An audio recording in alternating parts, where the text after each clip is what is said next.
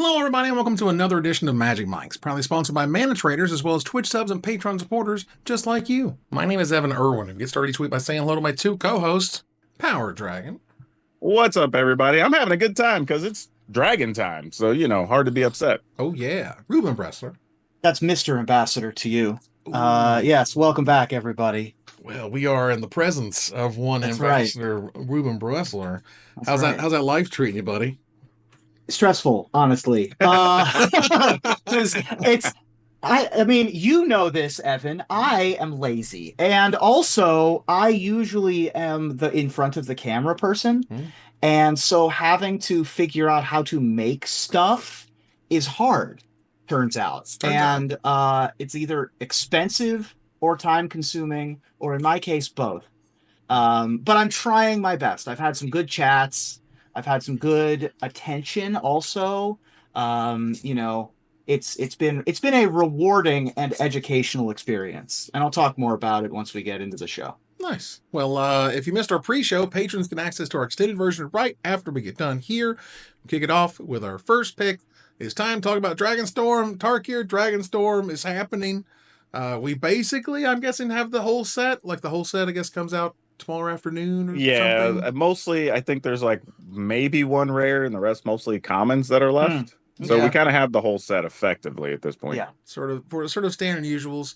And I guess in a way we can kind of look back on the way this preview season kind of rolled out, right? Like I feel like they felt like they started fairly well. I think there's so much kind of goodwill around Tarkir. Yes. It would be kind of difficult to mess it up in some ways, and obviously you can, but blah, blah, blah. But I thought they did a pretty good job saying like, hey, here's really cool dragons, lots of those. Yeah. Some really cool abilities, I think, that built on the older ones from the previous Tarkir that, improved things. And then here is some like dragon twisty stuff, like I was saying in the pre-show, that I'm excited to see Changeling show up for Lorwyn so we can see what these, behold a dragon thing can happen when it's not just dragon cards only. Yeah. Though, I think for me, it's more about they were able to commit to the bit. Yes. Right? Because there's tons of, I don't know, there's probably like 30 dragons in the set or whatever. Right. So like a lot of dragons, a lot of dragon references, a lot of callbacks to the old stuff. We got to see old characters come back that we like. All the clans have the same clan flavor mechanic type stuff if you like that. So like it kind of did everything, right? Because our complaint, even with some of these Magic with Hat sets or whatever people want to call them, is that they just didn't quite commit to the bit, right? We got like 3/4 of the way there, and then it didn't like sell out on it like you should. And I think that's the thing here. There's nothing really missing. I think that you would think you're like, oh yeah, it kind of has a little bit of all the stuff that I want. This is great. I think that's the same reason people are already excited about Final Fantasy, even, right? It's oh, you saw this and you saw this and this reference to this thing and this mission, and it's got all the stuff that you want. And I think that's the thing. As long as we're doing that, I think people are going to be happy. Yeah. I mean, this is going to be probably my favorite set of the year. Because it is so endemic. It is so magic centric. It's exactly what you want. It's not a Universes Beyond product, which I'm fine with and I understand the purpose of. I like it when we stay home. And there's no hats. It's just dragons. Right. It's just the cons.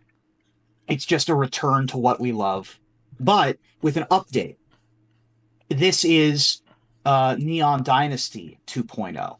This is a return to a set where we love it already. We love the lore, but it builds on it and it adds something to it. It's not a useless sequel.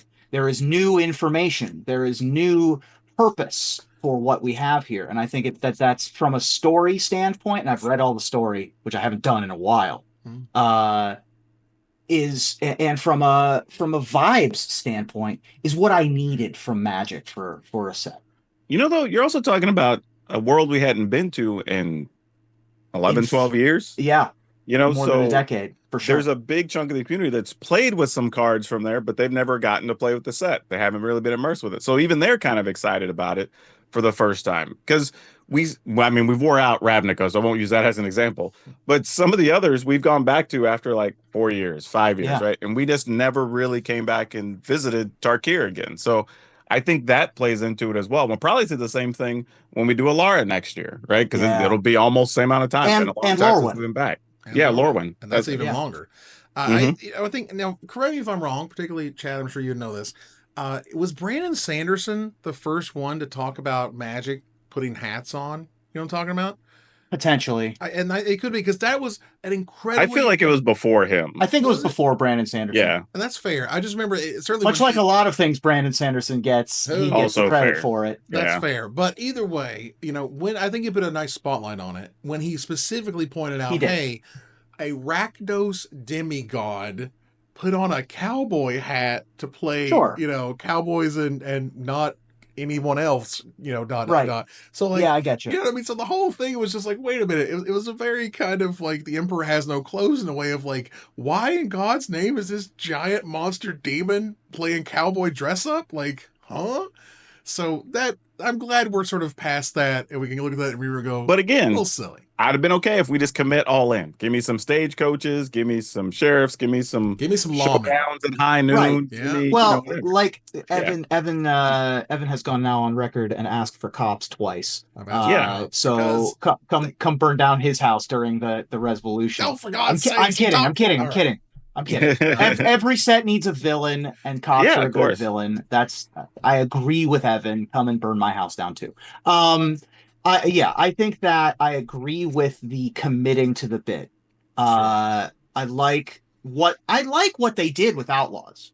Like I don't mind it. I don't I hate like it, what they I but like what they did with Aether Drift. yeah. I think that there are cool concepts that added something fun, new, and different, and I much prefer them to a Universes Beyond product where they just ignore all of the lore that we've built up. But I think Aether Drift has that same problem though, right? We could have went wacky space race, or we could have gone Mad Max, but we're kind of somewhere halfway in the middle, and we didn't get all of either one of them. Sure. And You now they know, want to like go into the space opera set as a result of the either drifting or something. I'm not Right. sure. Yeah, Edge of Eternity. Yeah, the Yeah. extra Yeah, stuff.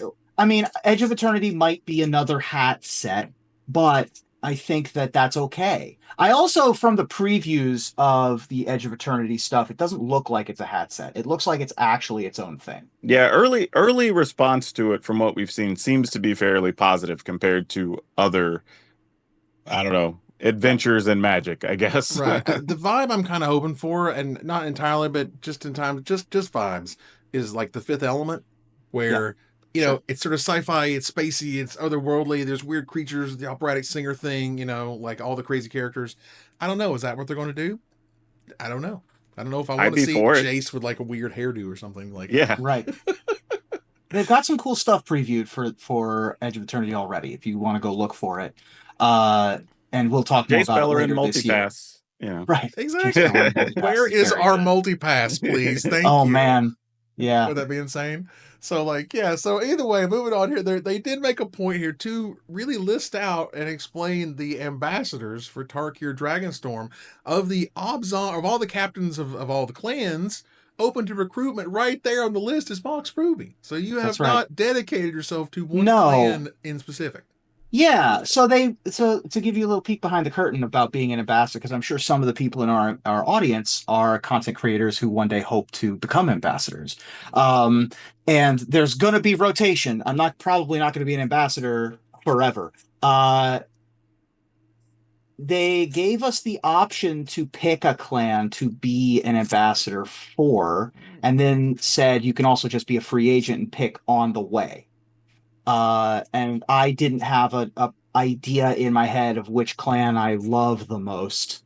So I decided to stay open and join the conversation, basically. And that's a fun social media conversation starter, right? Of like, tell me why this clan is your favorite and try to sway me. And that gets, traction and algorithms and stuff like that. So I really liked that idea. I was shocked as anybody else to be chosen as an ambassador.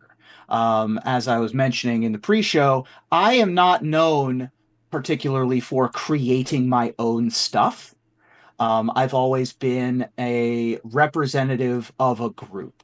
So when Magic Mike's gets preview cards, or when the In Contention podcast got preview cards, or when Star City Games got preview cards when I was working there, or wherever I've been, traditionally it's been as a part of a group. This is only the second time I've been given a preview card or not a preview card. I've been dedicated to a preset event in my career as a solo act. And the previous time was for, I think, Commander Legends, where I still recruited two of my friends to help me preview those cards. So it's been a little bit of a unique experience trying to figure out how to navigate that. But it's been very rewarding. I've had a lot of good meetings with other ambassadors in the program and other content creators, talking new people in the Instagram and Blue Sky DMs and in the Discord DMs and stuff like that. So I'm trying to figure out how to navigate this new space. And having gone to Chicago and now going to Vegas over the summer, it is a new place for me to try to experience and grow an audience. Well, look, you can pick any clan you want as long as it's Jeskai. So it's not Oh, okay. important. Sure. The rest are fine. It's cool, whatever. But Wow. the Wurtang clan will live forever. Okay. Oh, I That's assume true. Teamer Wurtang. or Mardu were correct answers, but you never know. Yeah, sure. Well, I mean, I'm a big fan of hitting with your butt with my Arcades deck. Fair, So fair. so the new Abzan deck is tugging at my heartstrings. Yep. But I think there is a leader in the clubhouse right now, based on people who have like mentioned things and opportunities in the future. So we'll see how it goes. But You know, I'm not quite ready to announce my candidacy yet. I also want to take this opportunity to, again, a couple of years ago, even when I was in that first batch of ambassadors, and listen to all the people get bent out of shape when the people in the program had no issues with it. Like, Right. but trying to be mad at Wizards and you should be doing this, that, and the other. And like, the program's still here. People are still happy to be part of it. And there are no problems. Right. And honestly, the program now is lesser than it was then. And there still are no problems. Right. You gotta be, so it's like, gotta be the rotation is helpful, I think. The sort of adding new blood most sets and every set helps the program out quite a bit. It lets more people get love and lets other people take breaks and not be in the spotlight. And I think that that's also helpful. But I think like a lot of things, we just need to let some things play out. Yeah. Right? Like it's new, it's different, we don't know what it is. Let's see an iteration or two, then let's judge it. Yeah. Right. Instead of just saying, oh, we got to have this and this should be this way and this should be that way. It's like, man, there's a feeling out period. Even, they're a big company, but they still have to figure out what creators want and what creators are going to be capable of or what metrics matter or how to reward people or whatever. Like none of that's going to be perfect right out of the gate for any program, Wizards or otherwise. So it's like, this is good. And I'm glad you get to be part of it. It's awesome. Yeah. I'm very honored and pleased. It was unexpected to get this email after I got back from Chicago, and it set me on a path towards recreating the most popular thing I've ever made. Whoa, that lets us move right into Gather Townsfolk. What a segue, everybody. Gather Townsfolk, we move on our first pick thanks to our sponsor, Mana Traders. The best tool to enhance your Magic Online experience. Use the code MagicMikes_08V08Victor for 10% off your next subscription with Mana Traders. Tell them we sent you and we appreciate it, which brings us to stuff in the community. Gathering the Townsfolk. Ruben announced earlier this week that it's happening. What's happening? Yeah, so a new episode of Magic the Newsening is coming for the first time in 12 years. 12 years. I get DMs. I've mentioned it on the show a few times. I get DMs and messages and comments pretty much monthly for the last 12 years of if I'm bringing the Newsening back. Hey, you bring it back? You gonna bring it back? And my answer has always been the same. I would love to, but I will not make it unless it's as good as it was when I made it at Star City Games. The team that helped me make it in 2012 and 2013, it was perfect. Like, I couldn't have asked for a better team. Jeremy Knoll, Jonathan Choi, Shoebox, and the crew, and Jesse Snyder, and the crew there, helping me to create that, and then filming it in a studio, and having editors and a director, and the support of the company behind me, meant I could make something beautiful every 2 weeks. And it was unique, and it has never been met since because it's such a hard thing to make. The daily show for Magic the Gathering. Now it has been enough time that we can kind of make a facsimile of a studio in a house. We can get high quality cameras in a house. Now, high We quality can cameras in your phone. in your phone, Yeah, right? you know, Exactly. from like 10, 50 years ago. I can hire an editor who's a friend of mine to edit this show for not a gazillion dollars. Still expensive. They're giving me the friend rate though. Yeah. So I am losing money being an ambassador, but I am hopeful that the Newsening makes it worth it. Nice. We are dropping the links in the chat. You guys can check out that teaser. Subscribe to that channel. Shout out to Send the love. Shout out to Matt Conant, who is Cinephore Studios, who is responsible for the production and editing of this trailer. It looks gorgeous. I gave him my vision of what I wanted, and he produced it to a T of exactly what I wanted for the teaser. You know, and I think you bring up a good point. I think a lot of people assume you're going to get this preview card, you get to be an ambassador, or whatever. You're going to get all these views and everything, and now you're going to be flush with cash. And it's just like, no, that's just like a nice bonus. Right. But like it's not going to solve any of your problems. Yeah. Like there's a reason you watch certain content creators or certain channels or whatever, and there's a certain level of stuff going on behind the scenes and directors and scripting. Hell, I'm doing a thing for Wizard soon that I had to submit a script and do a bunch of other stuff or whatever. It's like that's still time that I'm not getting anything for right off the bat till the product's done. You know, like so like there's a lot of that goes into content creation for a lot of people go, oh, you just threw something up and got paid. It's like not quite. Yeah. I will say I spent a good amount of time writing. And I did not submit a script, but I'm also not doing an official partnership. This is just as ambassador. And so we'll see where it goes from here. You know, this is not the beginning of a series unless I get a sponsor. Because, as you said, content creation doesn't just straight up pay when you release stuff.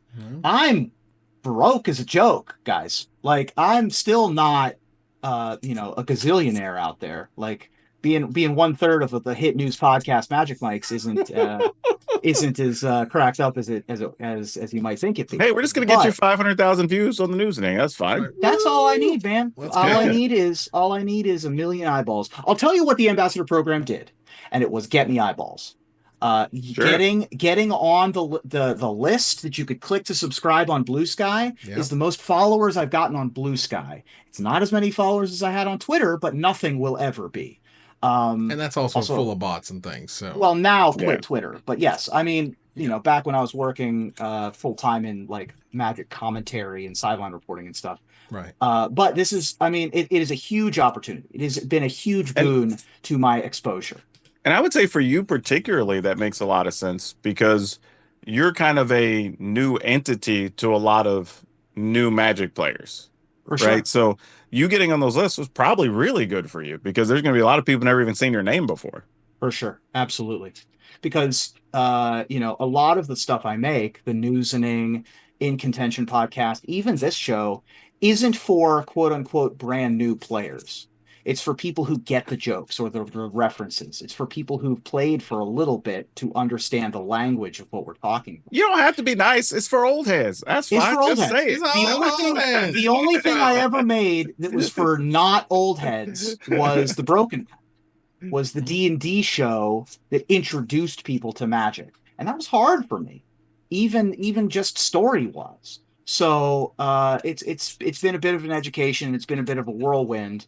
But I'm excited for it. I'm going to WonderCon this weekend, right in the middle of ambassador stuff, to go glad hand and meet people. And I'm on a panel, and I have Taskmaster this weekend too. So I'm in the middle of my content creation era at age 38 when I thought I'd left this world behind, but here we are.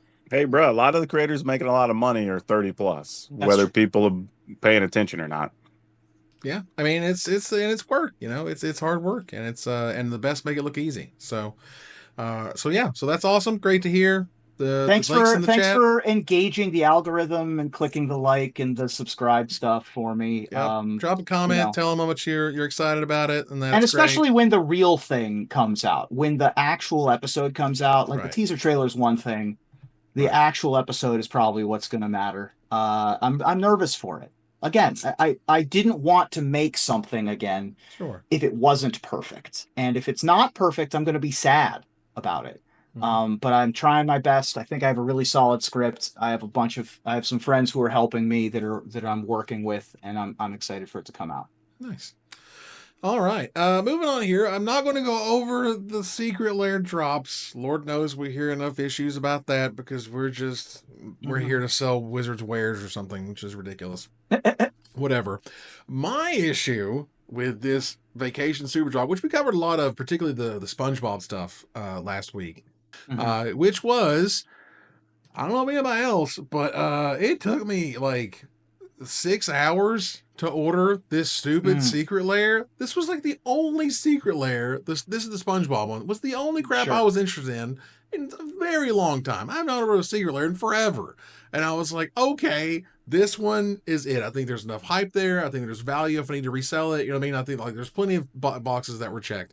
And I'll be damned if I got into a queue that said I had an hour to go, and then around an hour later it said something broke, and it stayed broke for like 4 hours, and then it unbroke, and then it was another hour wait, and it was a lot, and it was kind of a mess, and it's been a minute since I've seen them fall down that hard when it comes to secret lair ordering and processing.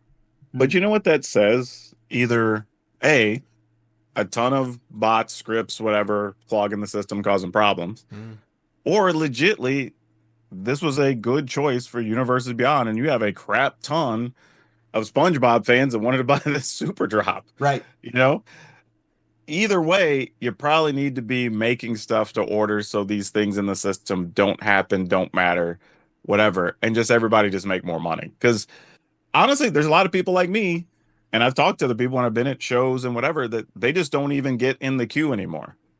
If it's a Universes Beyond secret lair, they just know it's like probably going to be a long wait, probably going to be sold out before you get it. There's going to be some kind of problem. So people just don't try anymore. Yeah, it's tough because, it's because this is my first experience in a very long time trying to buy a secret lair. And like the demoralization of it took hours and hours, and you can't really just go do stuff because you don't want to lose your place in line. And then it tells you what place in line you got, and then when it gets around to it, everything's broken. You're like, what is happening? There's just a level there of frustration that is ridiculous. Here's your situation is exactly the number one problem I have when stuff isn't printed to order. Yeah. Right. Imagine if you're somebody at work. You get your lunch break, and that's about it. Some places you can't even have your cell phone in the building or on the work floor or whatever it is. Yeah. So you don't even get an opportunity. So even if you want to, you can't. Right. Unless you take the day off work, which is insane because you're not doing that to just buy 5 magic cards or whatever. Like, that's stupid. Right. So like even taking that opportunity away from a reasonable number of customers just makes 0 sense. I just don't understand it at all. It didn't make a lot of sense. I don't know.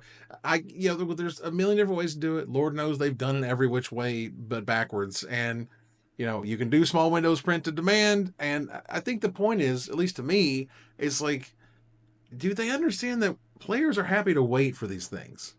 Yes. The commander deck that took like a year plus to show up in people's doorstep, it was still people are okay with that. They're still happy with the product when they got it. Like, you know what I'm saying? Like, if it took another 6 months to get these SpongeBob cards, I wouldn't hate life as long as everybody else could order if they wanted it. Like, but here's my thing: the stuff that has been print to demand recently has only taken like 6 or 8 weeks to get to people a lot of the times. Yeah. So I don't even understand. Like, okay, cool, we can do it. Why not just make this the system? And from a business, we talked about this before. From a business standpoint, like if you have a business partner that you're doing some brand deal with, everybody can make more money if you're selling 3 times as much product. Like, why is there a cap on it? Yeah, we've been able to go to a few past episodes if you want to dive deeper into that stuff. But ultimately, I was just saying my experience was a lot of frustration, and it had been a long time since I've even tried to buy a secret lair, and to see the fact that we're kind of still at these having capacity problems ruins your whole day type scenarios is just really. For like, how excited am I to buy another one of these? Like, never, Exactly. I mean? Like, exactly. Jesus, I don't want to go through that again. Like, that was Dude, crazy, literally annoying. I just don't want to take potentially 3 to 4 hours out of my morning, log in West Coast time at 8 or 9 o'clock and just sit there Yeah. and do nothing to try. Like I got better things to do. But if I could just check in later in the day, 8 or 9 o'clock into the evening and put my order in, they'd probably get $100 from me. Now, I did promise in the title that there was some drama, and more drama other than like everyone was mad I had to wait a lot. Um, One of the things that cropped back up from last December was that Rian Gonzales, who has a part of this Superdrop, I think it's like the sticker cards or something they call them. Mhm. Anyway, he's got a part of the Superdrop, or she, I can't remember. This artist has a part of the Superdrop, and they were more or less busted for referencing, some would describe it as tracing other people's artwork. And that's, something that's hard to see for wizards, sort of how they plan things. They can't see every possible iteration of an artist and the issues they've gotten into. Even the article that brings it up, which is on comicsbeat.com, again, A is from December, and B notes that while it was awkward and uncomfortable, the artists did actually work it out between themselves. I think, Ryan learned a lesson of some sort, in terms of how this all went down. And it certainly, I don't think, is a situation like the Giancola. They literally traced it and flipped it around and acted like it was Yeah, their that was stuff. crazy. Yeah. That was bad. This is not that, in my opinion. So, Okay, I don't have a problem with that. Like, I mean, if you took, use somebody's character models to do your things or whatever, and like, that's still a little iffy in the art community. So I could see why somebody would be upset about it. But if Yeah. they worked it out and everybody's good, all right, yeah, I'm also it's looking fine. at this. I mean, I'm not an art major, and this doesn't seem as egregious as other cases to me. Right, and that's what I was bringing up. It's like this is Yeah. not a rip off and tried to sell Right. so and so. This was they took a character, flipped it mirror wise, added, changed some stuff. They shouldn't have gone as far as they did. I think a lot Yeah, of but lessons were that's learned and so yeah. on. Okay. Well, All right, moving on. We definitely want to send good wishes to Karl Kopinski, who is yeah. recovering from a stroke, which is awful, and I hear ugh. that. Yeah. And there's also There a is link to a. his Yep. There you go. GoFundMe. Yeah, I'm going to go ahead and put that in the chat, you guys, or chat rather. You guys can see that on Blue Sky. Click through to the GoFundMe. Support if you can. Throw it into one And of I our gotta be honest, fantastic man. artists. Any heart issues, strokes, anything like that, like I've seen those literally happen to track runners. Mhm. Like you don't know when it's gonna happen, your age, your health, whatever. So I feel for anybody it happens to. I've seen Yeah. it happen to coworkers, like people who they take on too much. There's way too much stress. They work infinite hours. That stuff does add up, and that stress can wear you down and can make things like that happen. I'm not saying obviously Carl's issue. I'm not sure what's going on there, but strokes are bad, and strokes can be caused from just pushing too hard. So be aware of that. Take some time off if you have to. Speaking of taking time off, and we want to wish a speedy recovery to Jim Davis. Yeah. He brought out a video, I think it was today, it posted, where Mhm. he was talking about how he's been having some serious issues, medical wise, health wise. And Power Dragon, awesome to hear you're able to help him out a little bit. Yeah, he reached out to it sounds like a couple of handfuls of creators. He didn't give me an exact number a couple of nights ago and just kind of said, "Hey, look, I'm going through some stuff, some medical things. It's not great, but he obviously hasn't had new stuff on his channel for a few days. He's not going to, or wasn't going to, Right. for probably at least 2 weeks. It sounds like he doesn't know potentially what the end is in sight right now for his situation. And I didn't ask for extra details. I'm one of those people. It's like, Yeah. you know, I don't pry. If you don't want to talk about it, but he did reach out to some of us to help create some content to go on his channel. Mhm. So there's at least stuff there. He can still get some revenue, Yeah. still take care of the kid, all that good stuff. So several of us are pitching in. You'll see us on his channel over the next, I'm assuming, 2 weeks or so. I don't know how far he's planned it out, but it won't be Jim necessarily. He will be doing kind of intros and outros for each of the videos from what he said, but the rest will just be content from friends trying to help him out. So it's really cool that it's another case of the Magic community, especially among the creators, coming together to help each other out in a pretty tough situation. Yeah, because, the algorithm is punishing. Yeah. And if you're posting content daily or every other day or every couple days or whatever, and that gets broken, that stops, and then it breaks for an extended period of time, and then they get really upset about it. And then all of a sudden, if you start posting at the same rate you were, you don't get the same traction because you kind of you pissed off the powers that be, the mathematics behind all the stuff. And let's get some good guy Power Dragon in the chat, because Power Dragon did not have to do that. You didn't have to do that, Right. buddy. You could have been like, look, I'm a busy man. I got Yeah. stuff to do. But it was great to see you help out and others Dude, too. real talk, I have helped people for lesser situations, so like damn right I was gonna help a friend out for this one. There you go. Yeah. And send some love Jim Davis's way. Feel free to look up his Patreon if you can support him that way. Or just find his channel, sub, link, follow, do your stuff. He makes very good content. He makes a lot. Yeah. This is not charity. This is a good recommendation. Yeah. And it's exactly what it sounds like. His stuff is just Jim Davis MTG. Should show up everywhere. And it's funny because he was talking about doing the bronze to mythic thing that is all the time, and he kind of slowed it down, and he was like, damn it, I shouldn't have slowed it down because we've gotten there now. So yeah, I think his biggest concern isn't even just the time off. I think it's just with him not knowing how long it's going to be. Because if it was just going to be 2 weeks, I think he'd probably be okay. But if it ends up being 5 weeks, 6 weeks, whatever, that starts where it starts to become a problem. Right. And the seriousness was quite serious. So it's great to see people come together on that. Let's move on here to Desperate Ravings, little rant and raving in the community. One story this week, Archidekt, which is a popular deck building website. Originally, what was this, a couple of years ago in 2023 as an April Fool's joke, they were using ChatGPT and some prompting to make a few silly poems about your deck, right? You can sort of roast it, or you can make like a silly limerick about it, or whatever. And then sort of later, it was used to be a novelty. Now it's kind of like the discourse surrounding our entire future, and how the powers that be want to replace the workforce with AI, whatever. Right. And they're thankfully, I think, just taking a little step back. They're removing this part from the website, and that's all great, and got 100% positive reaction. Yeah. It's a cute idea. And back when what is it? Hold on. Generative pre-trained translating. Yeah. Back when GPT and that level of AI was like kind of bad, it was a little funny. It was cute. Now it's draining the oceans and trying to kill God. So it's less funny now. And it's less good for everyone. So good on Archidekt for understanding when the joke is time to move on. Yeah, that's sort of how I felt about it. Like, okay, good positive move. And I wasn't that bothered by it, but I get it. Yeah. Let's just put it this way. There's no one on their side going like, why did you get rid of the chat? Oh, yeah, definitely not. No, Definitely my poem generator for my deck. Oh, no. Like, how could you? Right, and you still, if you want to, go to ChatGPT and have it write you something if you want to. Oh, yeah. It's just not but that'll there. Consume several gallons I mean, of water. to be fair, DeepSeek has been better, and it uses less energy. So, there's that. Okay, so also, I don't...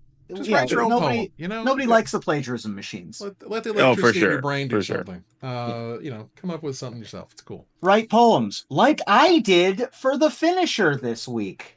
Oh, as we turn the corner, everybody, to the finisher. Well, look, Archidekt has removed their poem-generated AI for AI reasons, not for poetry reasons. So now that there's a job opening for a poet laureate at Archidekt, give me your best MTG prize poem, Ruben. Okay, so here we go. Here are 3 poems, everybody. God. There once was a modern band list committee who got together to get to the nitty-gritty. What can be unbanned? I think that equipment can. Compared to the rest of the format, it sounds pretty jitty. Okay. Okay, it's a good punchline. Right. I got it. Yeah. That's good. Yeah. There once was a warrior from Tarkir who fought with the dragon lords without fear. They fought from their tower because while most fought with power, the Abzan kicks you in and with their rear. Wow. Yeah. Look, there once was a game that was fun, but now that portion is done. For my time investment, here's how to make a villain assessment. Ask yourself who asks, did you pay the one? Nice. Most hated person at the table.